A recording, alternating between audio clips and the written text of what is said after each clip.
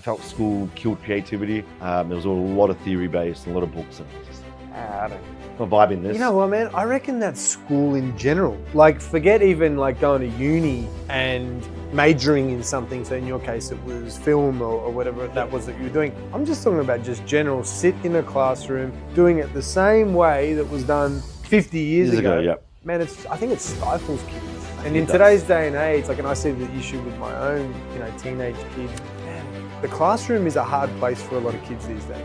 100%. It probably always was, but I think now Is that okay? Okay. just because just just of the speed that information is there on phones. on phones and computers and Whereas everything sitting else. in a classroom and But I listening think to- there's a beauty in that, because you do have, life doesn't move that quick, and Yeah. I think slowing down and understanding the process is a part of the journey. You don't master something in 15 seconds on Instagram, you master it over 15 years.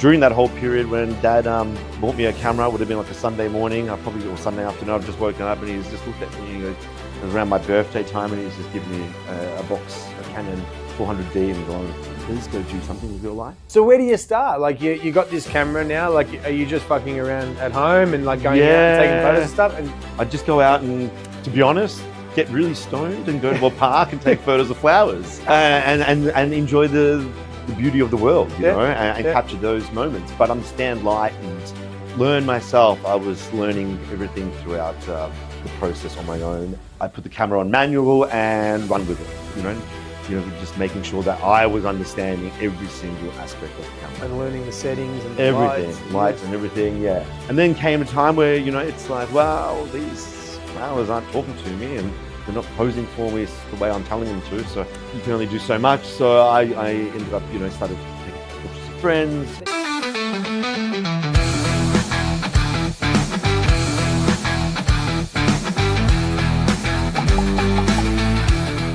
The information provided is for general information and educational purposes only and should not be considered financial advice. You should consult with a qualified financial advisor before making any investment or financial decisions. What's up, everyone? Welcome to another episode of the Scottie G Show. I'm super excited this morning.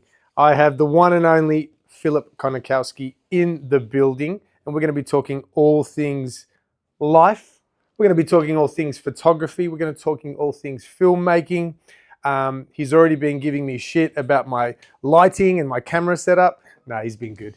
I welcome Phil onto the show. Welcome, man. Thanks, man. Thanks for having me. We've known each other for a long time, and seen that you've had a few people from our circles on here, and who have done some cool shit.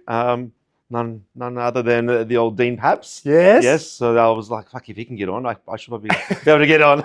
I think it was like the highest viewed video I've done so far. Wow, there you go. And it was like, and Well done, boys. music generally wasn't my plan when I started the pod. Still a business. And because it's a diverse pod and I talk to people in all different industries and doing all different stuff, I thought music could be a good one. So I'd like to talk to some more entertainers, music, people generally in business, photography, filmmaking, all sorts of stuff. And anyway, brought him on, and man, the amount of people that like would message me or ring me, because obviously we grew up, so all the people that we knew would be like, man, that's so cool. You had Dean from Orchestrated on, man, that's awesome. And it timed well too, because he was at the bowl with Adam. And timing was just perfect. I didn't time it that way. I just had him in, and then we launched the pod, but it was like within like a couple of weeks. Unbelievable. So it was so good. Yeah, so man. good. How Yeah, good. man. Well, thanks for having me on. And yes,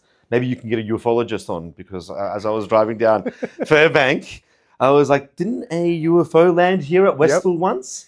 But is it talked about anymore? I think so. I think Joe Rogan talks about it on his podcast, and they mention it. So But Westville's famous. Well, famous around the world, amongst the Bob Lazar and people who love UFOs and aliens. So there you go. Well, the people that don't know where we're recording now, in Clayton South, Fairbank Road, Westall Primary? I'm not sure. Secondary. I think it's a secondary. Is it secondary? I'm not sure. But there was kids that saw a UFO. Saw something land on and then that apparently path. all these black vans rocked up. Yeah, I'm not sure. And and they did the Men in Black thing with the zzz. They said, you saw nothing. Nothing, exactly. You saw nothing. And no one talks about it. I find that weird. So do you know anyone who I can bring on the pod and we can talk about UFOs? Because I reckon that. No idea, man. I've smoked some weed in my time. Maybe some of the people that we smoked weed with. Saw some UFOs. Yeah, back in the day. 100%. Still seeing UFOs. Brother, talk to me. Let's start from the beginning. Humble beginnings. Because you're born in Europe. You're born in Germany. I was born in West Germany to Polish parents that they ran away from Poland in 1981 during martial law. Poland was occupied by a communist state influenced by the Soviet Union. Yeah. So dad being an artist, he painted a lot of things against the establishment. Yep. So, he'd paint all this work and it was anti-communist.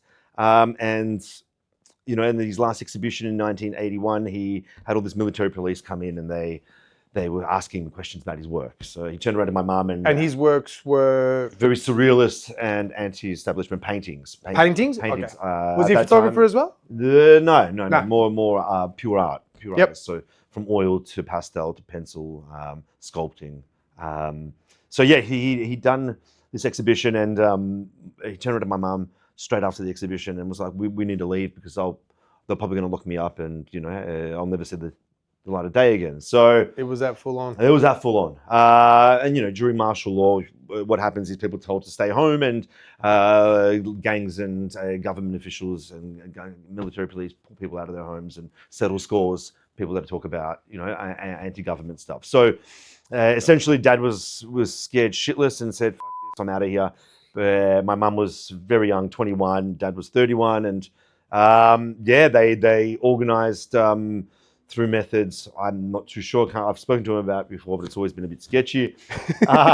They crossed the border through, I think it was Czech and a little bit of East Germany through to West Germany, and they settled in Dortmund. And they were there always under asylum, political asylum, which later on in the story becomes pivotal to me and my soccer career. But I had no idea about that. But they settled there and were there working on the black, for cash on the black market for about 2-3 years. And I was born there. And after about a year of living there with a child, they were like, we need to leave. So we immigrated here in '84, and Dad continued his artistry. And Mum was always an actress as well. So cool.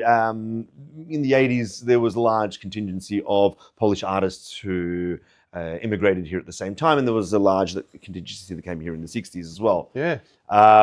So there was a big movement in Polish art here in Australia. And obviously it was completely different to what Australians had seen up until that point.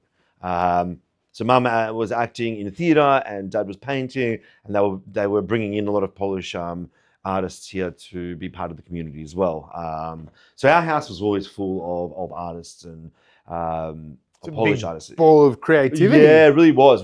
But it's funny because I didn't really understand it, which probably means that I pushed away from it a lot when I was younger. I didn't get it. I just knew that there was these people and they were cool to my dad, but to me they were, I'm trying to fit in and assimilate in a country that I don't really get. So I found that there was a struggle and there was a massive kind of pushback to that, to my parents showing me what they had and what was cool, I didn't realize, it didn't sink in till later, until I was probably in my mid-20s, late 20s, that it was fucking cool. My dad's best friend was Marek Perepeczko, who was like the Robert De Niro of Polish cinema, and he'd hang out with at our house all the time. He lived at the time. I was like, who's this guy? Some fob. Well, I don't want to talk to him, kind of thing. And it's quite funny. The things that we kind of value and we hold dear to us at the time weren't the things that my parents held dear to us. So the journey was.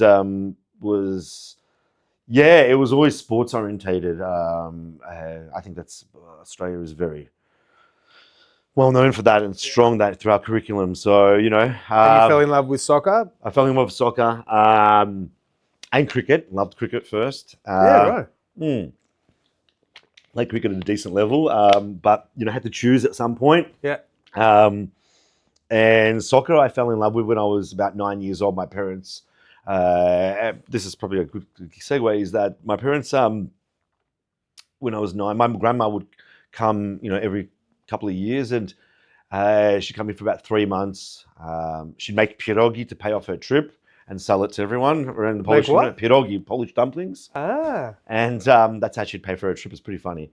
All these Polish people would come around to our place, and she'd sell bags of the stuff to them, And then when I was 9, I was a pretty active kid, and I think my parents over the school holidays turned around and said, "Hey, do you want to go to Poland? Do you want to go see the country?" And this is like 1991, so the wall had just fallen down. Poland had been liberated and became a democratic country during this process. So I went to Poland in 91 with my grandma for 3 months. 3 months? 3 months. They sent my parents, were like, "See you later."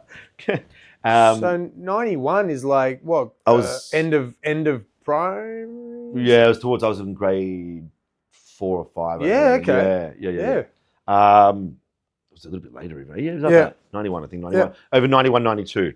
And during that period, I learnt of, soccer. I loved it. Fell in love with it and came back, and my parents were like, "What's next?" And I'm like, "Let's go play soccer." So Mum sent me out to Springvale City, and she goes, coach is like, "Oh, what position do you want to play?" I looked at the guy that was doing the least running, and I was like, "I'll do that." But turns out I was actually decent at it. So, you had the good hands from cricket. Yeah. I was a wicket keeper as well. So there you go. Yeah, 100%. That's what I kind of did. That occupied a lot of my time. And at high school, was a decent student. And funny enough, without even kind of trying, was probably the best at drama. So that was something that probably should have looked back on rather than taking the piss and gone that this was something that I was actually good at without having to put too much effort into. Just the usual high school shit, yeah. Like, no, I won't do that. Nah, it's not cool enough. I'm just doing it to waste a bit of time. Yeah, but obviously you had that creativity side. Oh, 100%. Mum being an actress, and you had that creativity side too. 100%. And it was funny because I remember growing up and stopping at a scene, seeing something where the light was coming through, and I'd go to my mates, "Oh, look at that scene," and they'd be like, "Dude, what the fuck are you talking about?" And I was like, without realizing, I was already framing up things. I was already looking at things and going, "That looks pretty cool," or and then later on realizing that I'd already learnt the art from my dad, and Dad was always putting books in front of me about artistry and the Renaissance. And did you ever paint? Yeah, stick figures. But like, did he? Yeah, he tried. I did. Wasn't for you? No, I didn't have the patience. It's a slow process, and it's a planned process. Yeah. Watching my father from the beginning, draw something, or sketching something, and sketching it again, and then putting it onto a big format. Yeah, no, not for me. Not for me. Man, I respect artists so much because I tried in high school, and I had friends that were good. Man, stick figures at best. At best with speech bubbles. It wasn't for me. I was the same. I just wanted to play sport. Yeah, 100%. Instant gratification. Yeah, absolutely. But I suppose did you get into photography at school? No. I didn't get into photography till probably like early 20s. Yeah. Okay. So when I actually, no. Finish what you were saying. So you started playing Springvale City. Yes, when I was 10 years old, under 10s, and then played. Did the whole junior thing. Went to Box Hill or Clayton Inter. I can't remember when they did the merger. Yeah. And then played. My dad pulled me out and goes, "If you want to play," and you could see I was good enough. He put me into some amateur senior squad when I was 14 as a goalkeeper. So I was playing with all these 20, 30-year-olds, which definitely put hair on my chest straight away. And then they're pinging the ball at you pretty hard. Oh yeah, there was a different pace, and even everything, just the physicality was different. Sure. And then I went to Richmond, Almania, where Patrick Kisnelbro was playing as my sweeper. Oh yeah. And he was on loan from South Melbourne, and I was 16, and then he went to Leeds, and later that year, I ended up going to England Right. to So trial. was the trip specifically? Yeah. So I didn't for do football to go trial somewhere? 100%. So I didn't finish high school here. Dad turned around and goes, "Yeah, you can either go down this path or you can go down this path. Because if you want to play soccer, then you're not going to. The market's so small here, Sure. and you're a goalkeeper, so you know." But he saw you had some talent. 100%. And So, wasn't going to waste your time or his time. He's like, exactly. But the funniest part of the whole thing was I would call up these. So I didn't have an agent. I'd call up all these clubs from Australia, yeah. 0011 and Crystal Palace Football Club, Tottenham Hotspur, Leyton Orient, and I call them all up, and they'll all say, "Have you got a VHS tape?" And I said, "No, I don't have a tape." "Well, when you get here, give us a ring." Probably not expecting that I was going to fly over there and call them up. So that's what I did. I jumped on a plane. They gave me an opening, and I flew over there, jumped into a red phone booth, and called these clubs up and said, "Hey, I'm here." So I went to Leyton Orient first. So they wanted a player tape of like highlights. Yeah, back then that was the best way through an agent as well, or an agent was your credible way of going through. But I flew over there, and they figured if he's taking the punt, then let him in. Yep. So I went to Leyton Orient, and I'll never forget walking out onto the pitch the first time, and I was like, "Fuck, this is the next level. These players." And that was Div3, I think, Championship 3, and the level was so far above anything that I'd ever seen already. Anyway, it didn't work out there. I think I got really sick, and then took about 2 weeks off, got back into training over there on my own, and then went to Crystal Palace and hung around there for about, 3 months. They offered me a contract, and then going back to what had happened with my parents being under political asylum in Germany. Poland wasn't part of the EU, and I couldn't play under an Australian work visa because I hadn't played 70% of national games in any age group. So I was never able to get a work visa in England at the time. Really? Yeah. So and being Polish Poland wasn't part of the EU. And they looked at me and they said, "Well, you were born in Germany. You can go to the German consulate and get yourself a German passport." But you would have gone with an Australian passport. Yes. So. But it didn't matter. It didn't matter. No. To get a work visa, you would have to have played 70% of national games in any age group. Wow. So anyway, I was devastated. So that's a kick in the guts. Kick in the guts. I didn't tell them that for about 3 weeks until I worked out my next move. So I still trained there, trained with the juniors and the reserves. And in the reserves, a lot of the senior players would come down to the reserves. So I had the privilege of playing with like Neil Ruddock and some of the other players at the time, Dougie Freeman and whatnot. But it was really lucky, like you said, a kick in the guts. But I really cherished those moments because to play with these individuals was, and to be around it was insane. It was. And the level difference. When you compare it to what you experienced. But I think all these moments in life of being, having no really strengthens you. And especially when I was in England at the time and playing at Crystal Palace, I was in a junior team where I was the only international player. So I copped being bullied because I was there to take one of their friends' positions as a goalkeeper. Right. So I would go into the changing rooms and they'd rip up my boxers and they'd give, they'd cop it. They try and scare you off. Yeah, 100%. You're not taking my mate's spot. Get in my head. So I think what that did and all these things that happened over that time definitely helped my resilience in the future as an artist.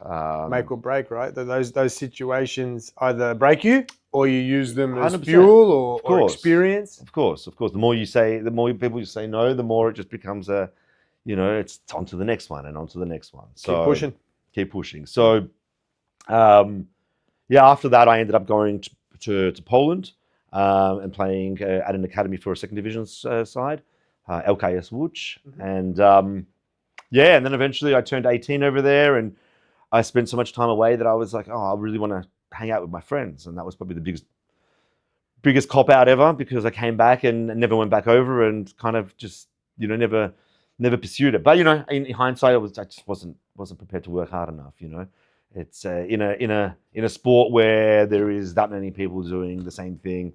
It's the little 1%ers that make someone great. So I remember when I was playing basketball, representative level, and you get to like 17 and you just sort of, I don't know. I think sort of going out with my mates is a little bit more important right now. And that's the difference between those that go on and commit 100%. and make it, 100%. or at least have the chance to make it. And those that are like, I think I'll go out and chase some girls and hang out with my mates. Yeah, chase skirt and do what everything else. But my parents were really good because I think my parents made a really good point that I always sit on, and I didn't do much fun stuff till I was probably 18, 19.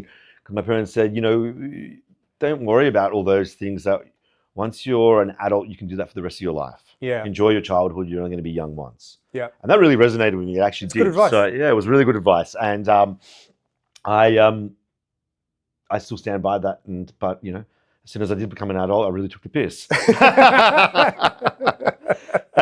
So you learned nothing. No, I learned nothing. But extremities were my. That's the way I live.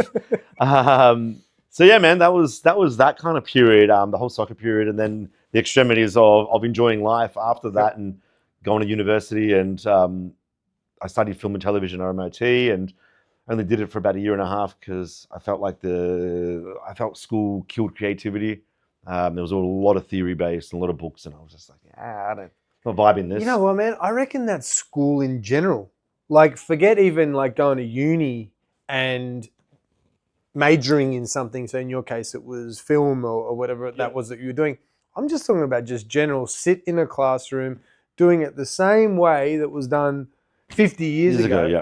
Man, I think it stifles kids. And in today's day and age, like, and I see the issue with my own, teenage kids, man, the classroom is a hard place for a lot of kids these days. 100%. It probably always was, but I think now it's worse. Is it okay? Okay. Just of the speed that information is there on phones. And computers and everything sitting else. in a classroom and But I think there's a beauty in that because you do have to, life doesn't move that quick, and I think slowing down and understanding the process is a part of the journey. That's a really good point. Yep. Because you don't master something in 15 seconds on an Instagram reel. You master it over 15 years. And kids want that instant gratification. It doesn't work. Swipe, don't like it. Swipe, don't like it. Okay, I'll look at this for 5 seconds. Yep. It's funny, man. Like I've only really been reeled into the whole kids are being kind of dragged into with TikTok in the last sort of 2 years. I'm finding myself on the fucking phone going, what am I doing? Yep. What am I doing? It's a waste of time right now. I really have to put my phone down consciously and pick up the book and read something that's long form because that intrigues me. And even an audio book, which I was really into until I listened to Al Pacino's biography at the moment, and that's kind of enthralled me. And he reads it, so it's quite cool. Are you a big reader? Do you read a lot? Yeah. So currently, I'm reading like 3 books at the same time. Wow. But yeah, long form. I think study at the time just didn't. Again, chasing everything else that was available to me at the time.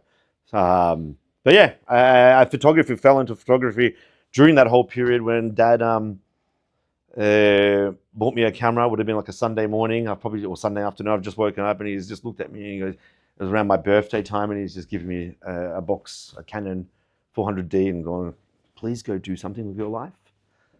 But was there an inkling that you were going to enjoy? Yeah. He didn't just randomly I was moving into that direction. Dad could always see that I was into film, that I loved film. I spoke about film. I was always talking about it. I was always talking about people's performances, always talking about the cinematography in certain films, the good directors, the shit directors, So you'd watch a movie with a little bit of a different eye. You were looking at different aspects. Always. And reading as well. A lot of the things that I read were Lee Strasberg and Chekhov and things that I don't know why I was reading it. It was about acting and directors and Roman Polanski and Ford Coppola and Brando and whatnot. But there was an interest there, and again, maybe I was always fighting with that. I didn't want to go down the path my parents were telling me to go down. There was a pushback all the time towards that. It's weird, man. It was weird. It was like you wanted to pave your own way. Yeah. But in the end, it was like, well, I should probably just do this. This is coming easy. I've already been taught they've already pushed it onto me. So where do you start? Like you got this camera now. Like, are you just fucking around at home and like going out and taking photos and stuff? And I'd just go out and, to be honest, get really stoned and go to a park and take photos of flowers, and enjoy the beauty of the world, you know, and capture those moments. But understand light and learn myself. I was learning everything throughout the process on my own. I put the camera on manual and run with it, you know, just making sure that I was understanding every single aspect of the camera. And learning the settings and the everything, lights and everything, yeah. And then came a time where, you know, it's like, well, these flowers aren't talking to me and they're not posing for me the way I'm telling them to. So you can only do so much. So I ended up, you know, started taking portraits of friends. But it's not monetized yet. No. Like right now, you're just not at just all. playing around. Yeah, 100%. But then there was a moment where MySpace came in. We all remember MySpace. Tom, everyone had Tom as a friend. Man, you're showing our age. Yeah. There'll be some people watching this going, "What the fuck's MySpace?" MySpace was like the starts of social media. It was before Facebook. Everyone had Tom. It was everyone's first friend. Yeah, it was the only friend. He was like he was the bad smell. It's like Tom has to be there. And you're top friends. And he never changed his photo. No, never changed. To this day, it's still the same photo, I think. So that brings back memories. Yeah, you could customize music. Yeah, you could have music. It was. I think it was kind of driven towards a music sort of platform. It was like your own little webpage, wasn't it? Yeah. So what happened was because I was going out heaps, and a lot of my friends were DJs, and up until that stage in Beat Magazine and DJ profiles, what I was finding was all these DJs were holding vinyl records with their sunnies on as a press kit shot for them, or headphones on pretending to DJ.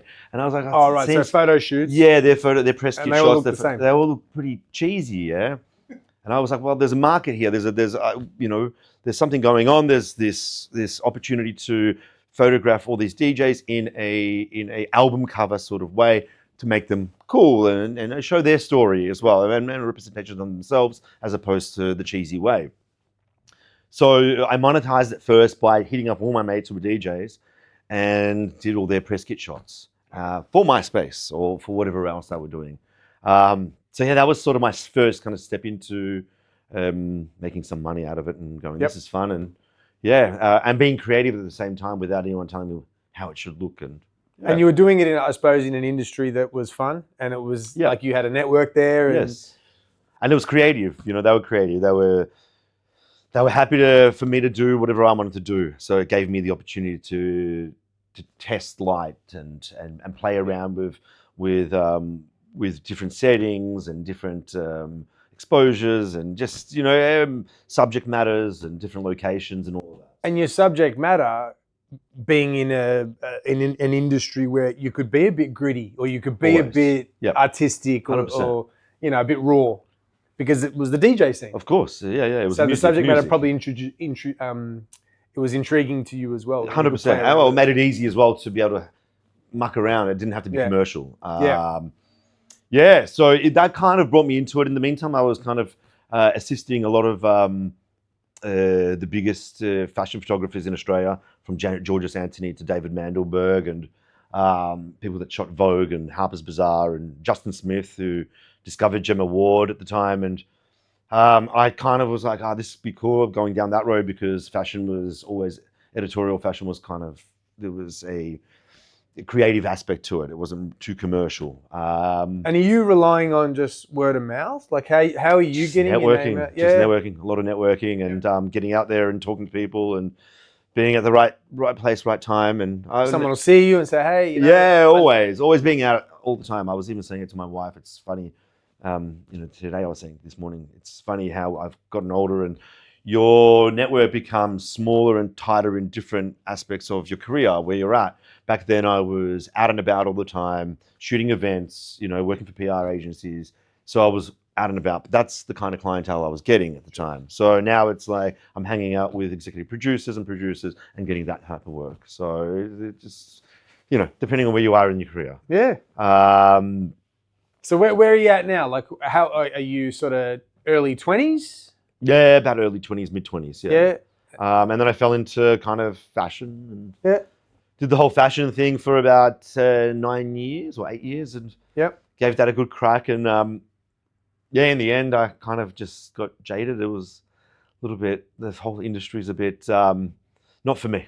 Yeah. It's a bit hoo-ha. Yeah, okay. So what did you decide to do after that? So I always photographed portraits. Yeah. I always photographed celebrities and whatnot.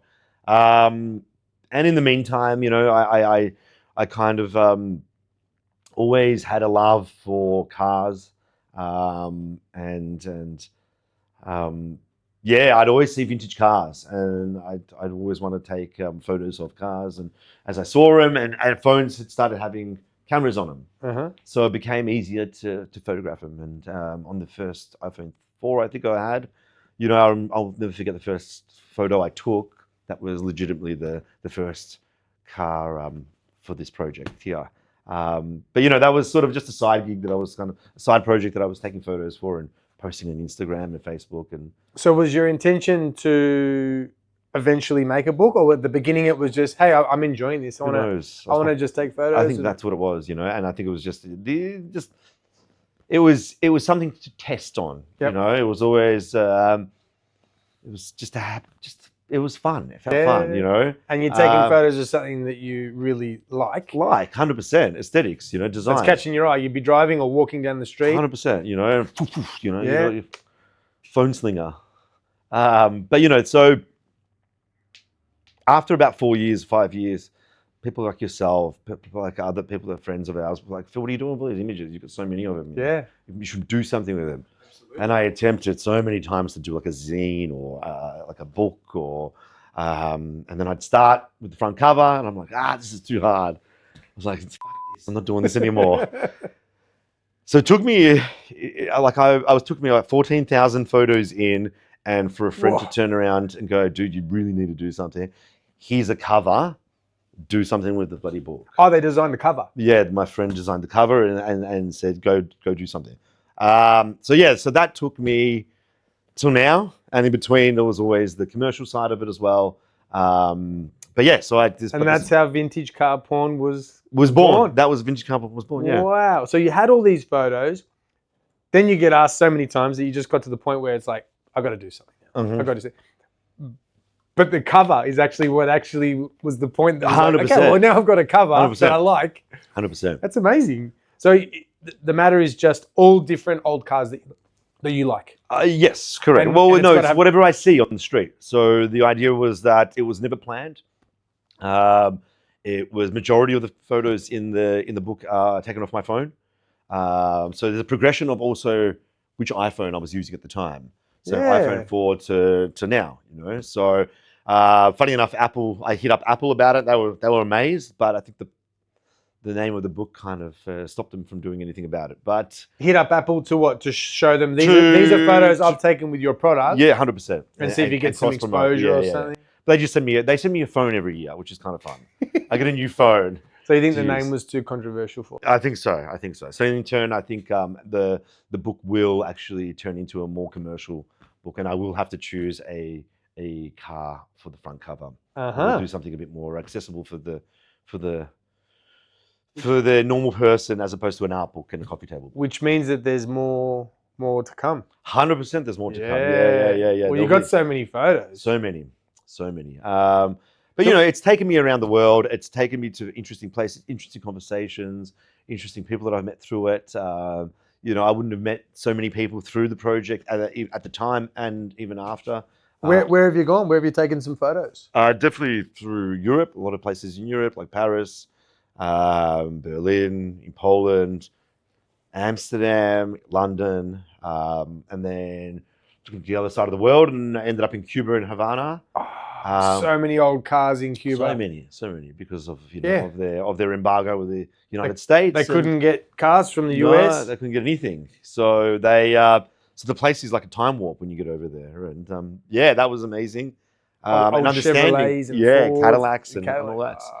But so understanding how they deal with the cars as well, because they can't get parts. So they're making their own parts. Wild. Backyard jobs. Or in the street. They just fix them in the street. I'm grateful that kind of subconsciously the project took me to these kind of places and gave me an interest in these things, because it's opened doors to other places and new conversations. And did you get to do a big launch for this? And Yeah. So I did I actually did my first exhibition of just photos, which I did in, obviously being vintage cars, I did in vintage frames. So I did like 100 photos in vintage frames all over the wall. Was that your first exhibition? That was my first exhibition for this subject matter. Yep. And that was during COVID. First one got shut down because we were in lockdowns. And then the second, it finally happened. It was on Brunswick Street in Fitzroy, a B-side gallery. Sold, I think, 88 of the photos from the 100. And I was like, okay, cool. This is cool. I've got something here. People are interested. And that's when my mate we started talking, and he gave me the idea for the cover, and I was like, okay, cool, maybe we should probably do a book launch and another exhibition. So yeah, the whole process of the book and slapping it together, as my wife would say, she goes, dude, you whipped up this book in like 2 months. She goes, I watched you just put it all together. And I was like, yeah, it's funny, man. I've got so many photos. It was just easy because I'd already thought through the book in my head so many times. But yeah. Do you put commentary on any of the photos, or is it just purely just photos? There's some stories in there as well. Yeah. Of the moment where I was, what I was doing, or what had happened. Pinnacle moments. So and I like how you said that there's also progression through the years of the different phones that you quality using. of photos. And I suppose if you've got your camera with you, you're taking photos with a good, probably both. Digital SLR. Yeah. Because if I'm doing it with the SLR, I feel like I'm cheating at the project now. Oh, interesting. Which is kind of weird. Which, like, from my perspective, is like, but doesn't a photographer want to use? Yeah. Like, yeah. But I think because the project was, started like that, so I've kind of you kept it going. Kept it going like that. And also, it's a spare of the moment thing. 100%. And the big camera. You're walking out of the cafe with your coffee. Yep. And you're like, yeah, 100%. And exactly. I suppose that adds to the story, right? 100%. So cool.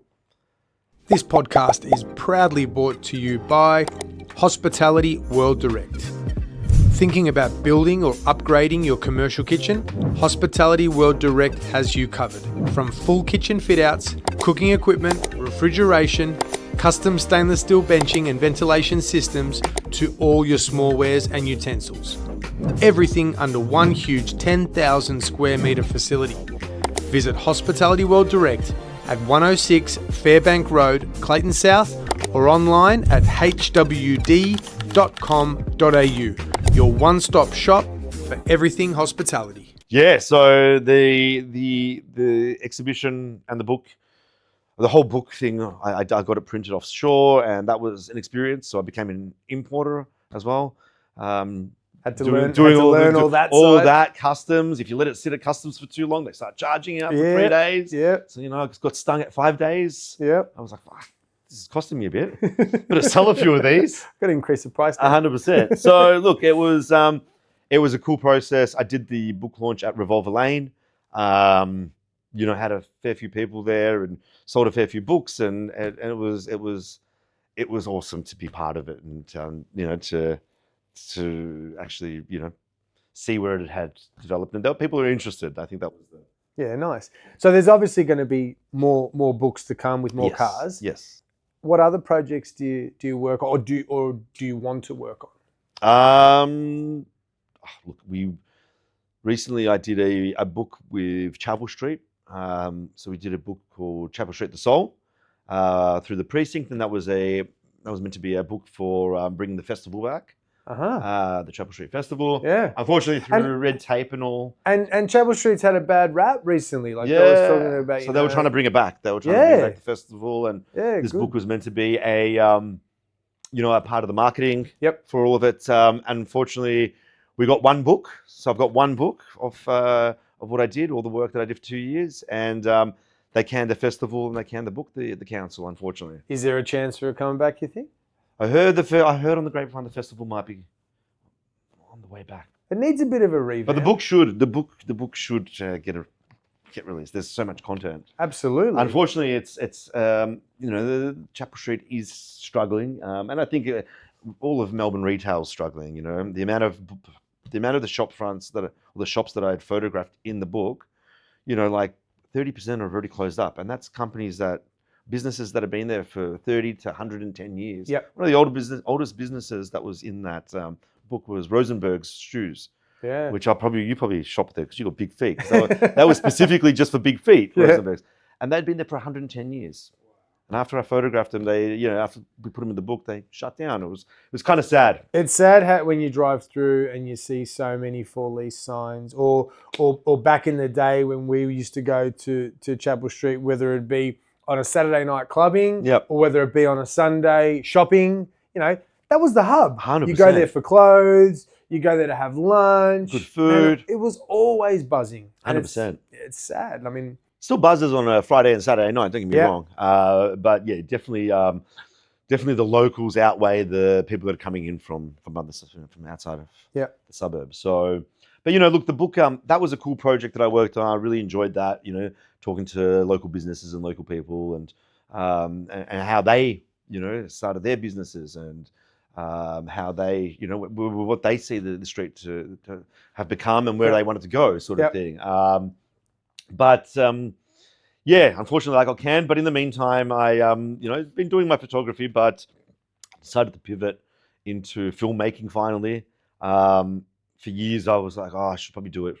Isn't it funny that it took you up until 20 now? years. Yeah, isn't that interesting? Did you ever think back why you didn't do it earlier, or just the journey at that time was the journey at that time? Yeah, that was probably the journey, and probably what came easy and what I understood of it. Filmmaking is a lot more complex than just having, photography is pre-production for a day, photograph for a day, and then a bit of post-production, whereas making a film is months in the making.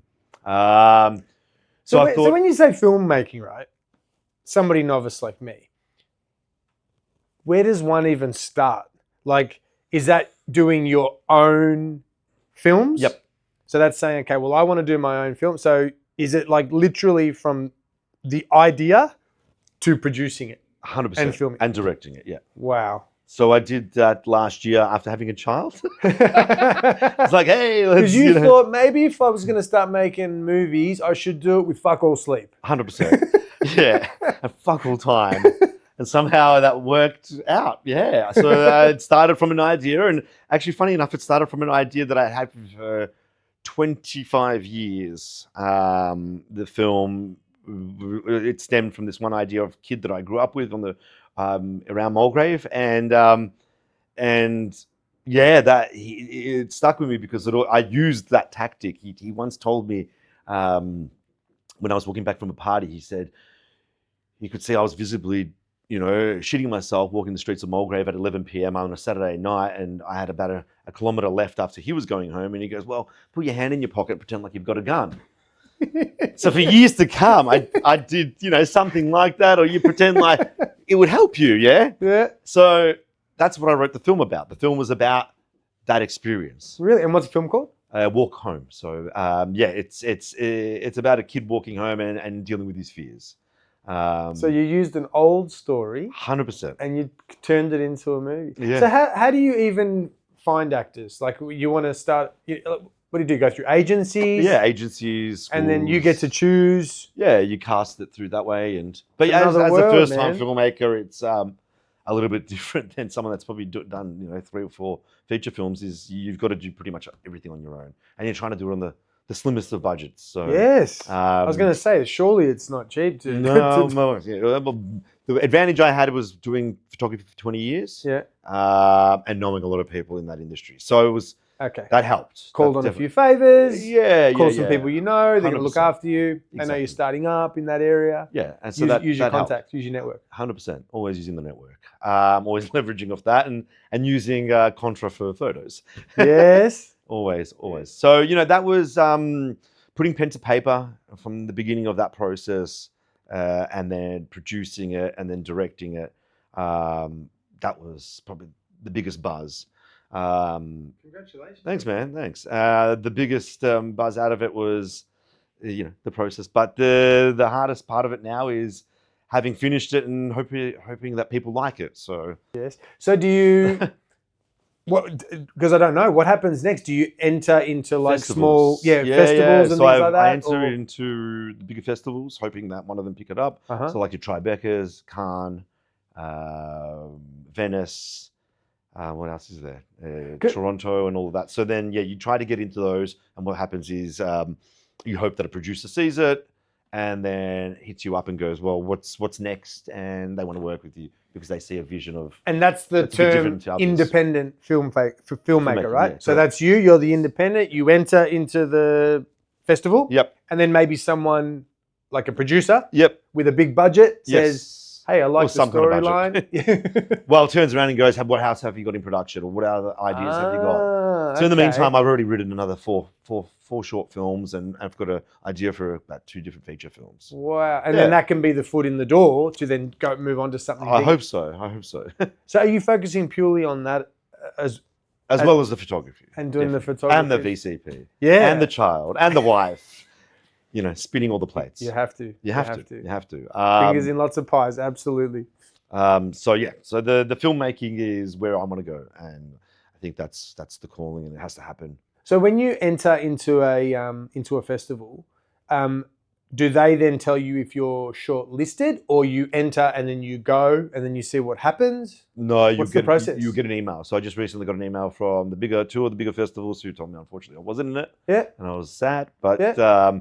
But you got told a long time ago, no. So so I'm happy with that. I'm fine with that. It's funny. It's funny how we feel about those things, because in the beginning I was like, I entered it, and in my head I was like, oh, hopefully I get in. Maybe I'll get in. Maybe I won't get in. And then you start going, oh, maybe I'm putting it out there. Why am I thinking like negatively about it? And then you get the email, I didn't get in, and I'm like, finally, at least I got one answer. Yep. And now I know where I stand. Yep. And hopefully, what comes from the other ones and the other entries, something good will come out. How long does it take to, like, say for the one you did, how long does that take from like start to finish? So I turned it around really quick. So pen to paper, I wrote the script in about a month and a half, if not quicker.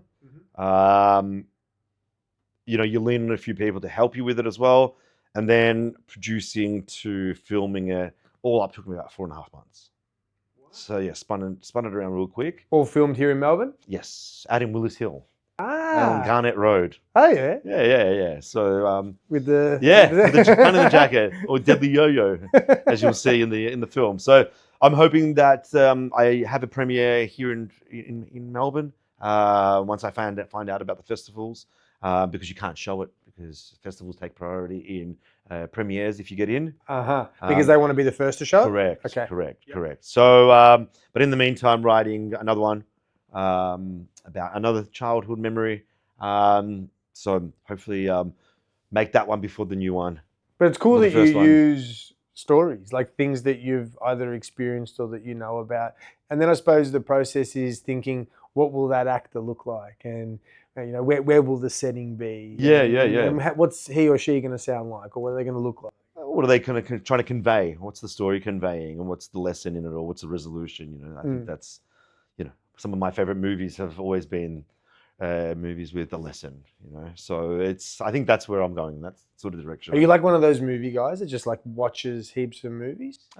Comes and goes. Not at the moment. I think there's too much crap out there, so it's hard to commit to something. And you got a little one at home too. Yeah, 100%. Yeah, haven't got time. 100%. But yeah. But isn't it funny when we have kids how much we realize time is so crucial? Mm-hmm. Like, because when you're, single and by yourself, you've got all the freedom in the world. And then, maybe you're in a relationship, and then you got less time for yourself, and then it becomes more about the two of you. But then when you have kids, that's where you use every minute, and that's why it's putting pen paper or whatever I'm doing has to be useful, and it has to work. It also has to mean something. It can't just be going. Of course, you hang out with people, but you're much more selective on what you commit to. We were talking about it off camera before when you got here. Those moments where the little one's not well or crying, and then they're in the bed, and then at the time you're like, "Fuck, just get out of the bed, get the child out of here. I just want to sleep." I don't want them to get about what's next. I don't want them to get used to sleeping in the bed. They're going to be in the bed forever. And then you sort of stop and you look back. Or I look back, and I'm like, it was never going to be forever. You've got to cherish those little 100%, moments. 100%. You know, and have those moments with him because, like you say, when they turn 14, 15, they don't want to be around us. We're not cool anymore, So at the moment, I'm the coolest person in the household. And that's the most important at home. I love that. Melina and I, we just got up. We were just about to get up and the door knocked and it was Geordie, my oldest. And he came in, he was getting ready for school. And Melina's like, come lay in bed with us. Come give us a cuddle. And he's like, dreaming. Okay. It was just like an awkward sort of, okay, are we done now? Can I leave? And it was moment, and it's funny when you said that before when we were talking about it. I was like, you got to cherish those moments because they're not going to want to cuddle. They're not going to anymore. be there anymore. So it's finding that balance between what we do, professionally and having the kid, and the kid's been love it. It's been the best. If only had I done it earlier. And not wasted all that time. But life is about the journey, and certain things happen. Look at the filmmaking. That's happening now in your life, and it's happening now for a reason.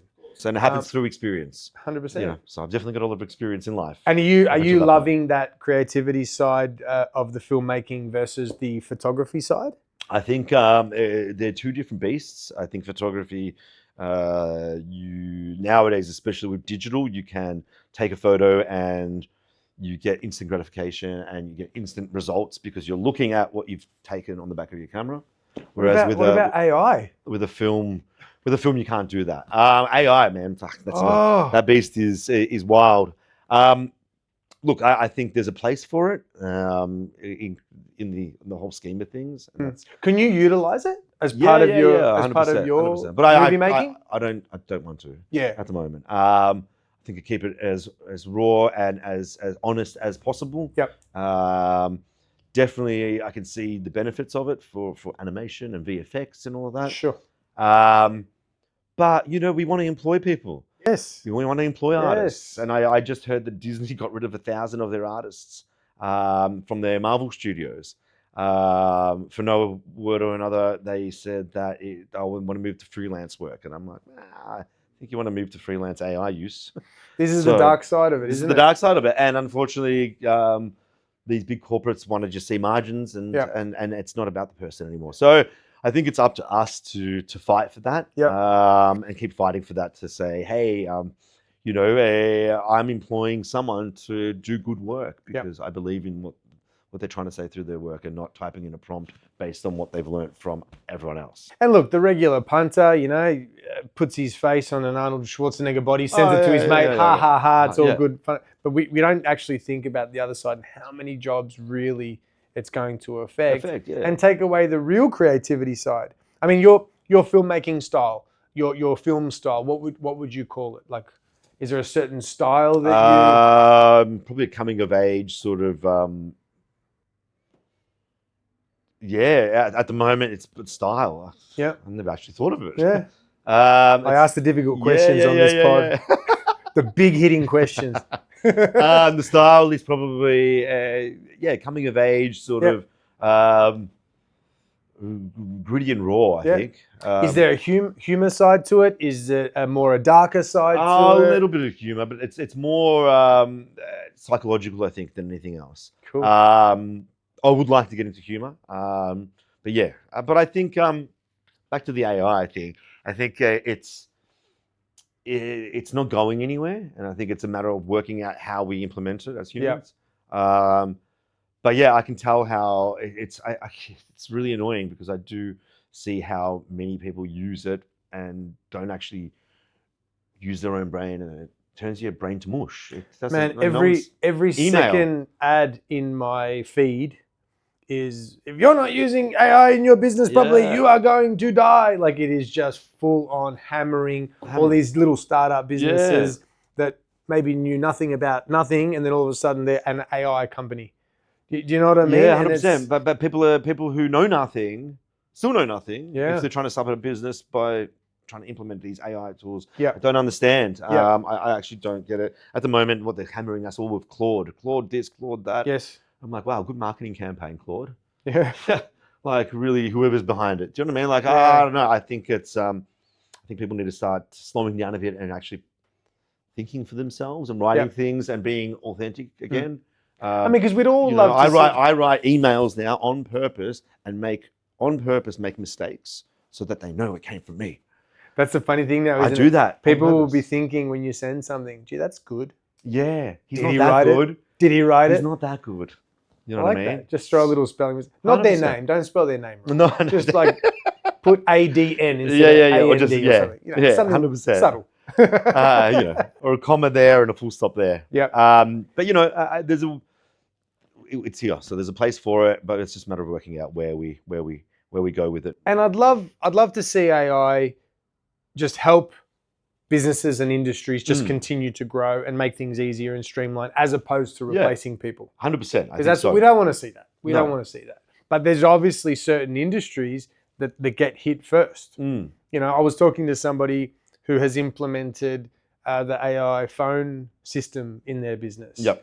So they can take phone calls now at any time of the day, and this robot is is chatting to them, and finding out what their inquiry is, and then getting that inquiry ready to then pass on to a person.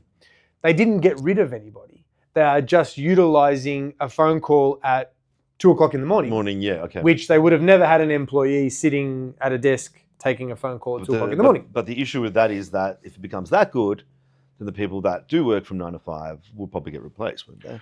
Well, at the speed that it's going, it's crazy how fast it's getting better and improving and the things it can do. But it does require a lot more power, doesn't it? For sure. Sure. So I think they're building next to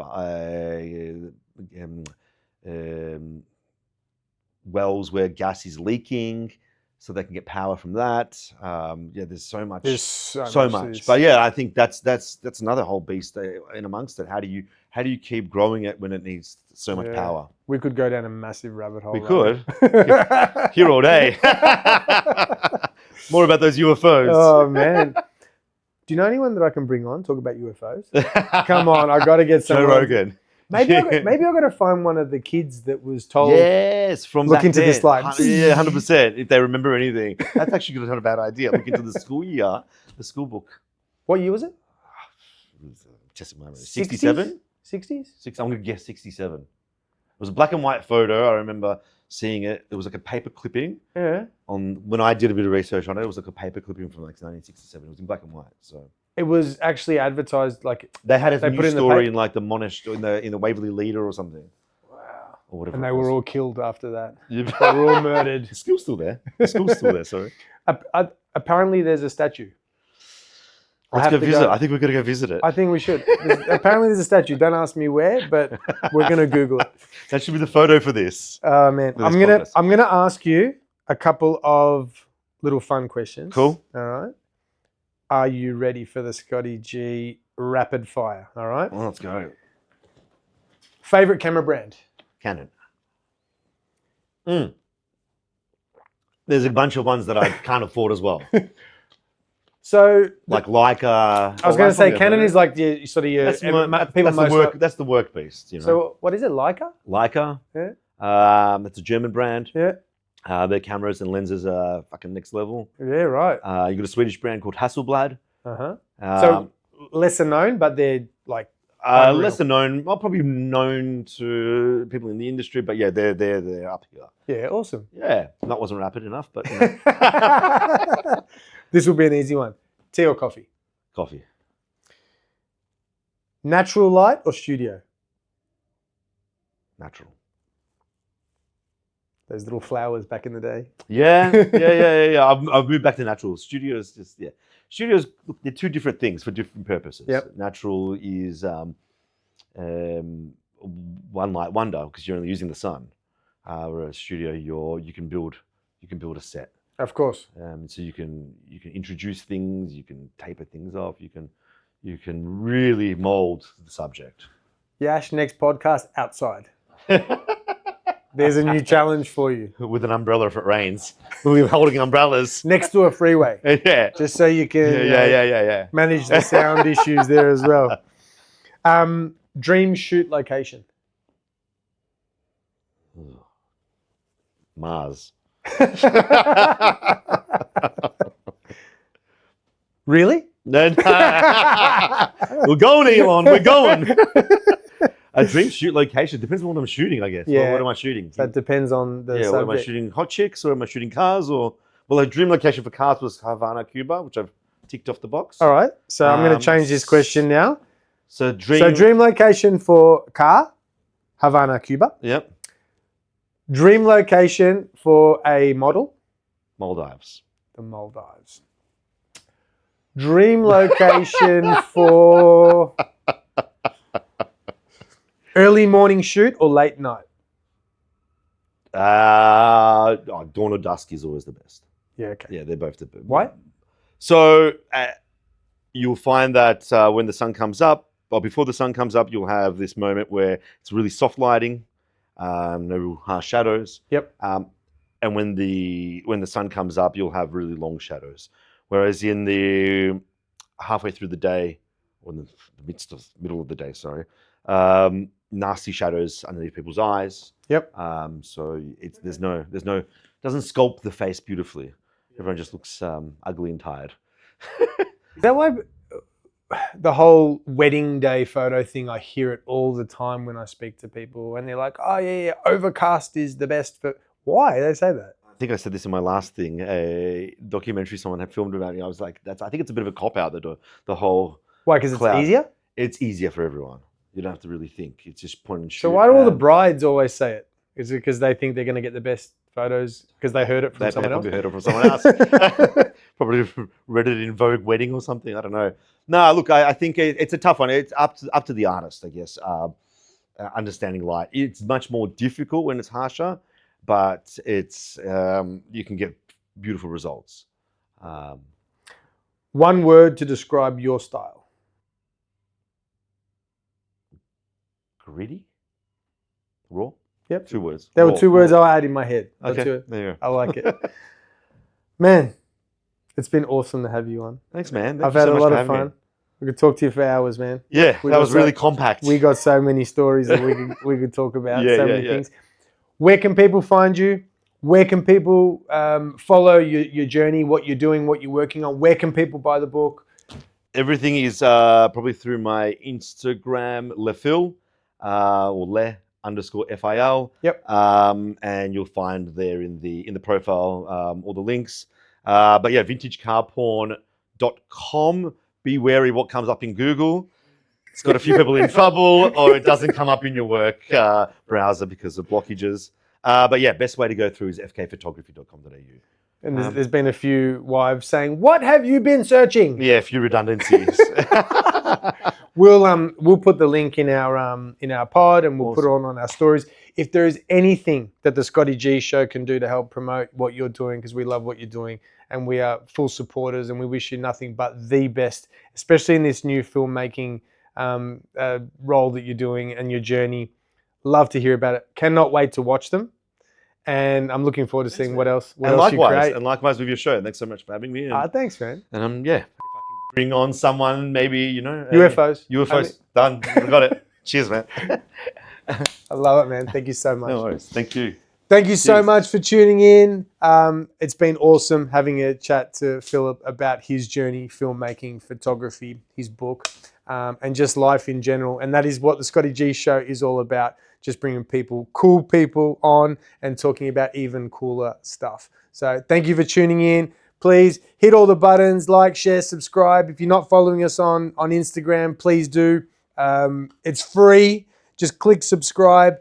It helps us get more followers. You'll get the steak knives maybe if you subscribe. 3 easy payments and 1 really hard one. So please help share the page. The more guests, the more followers I get, the more subscribers I get, the more cool guests that I can get on and keep sharing awesome stories. So thanks, and see you next time.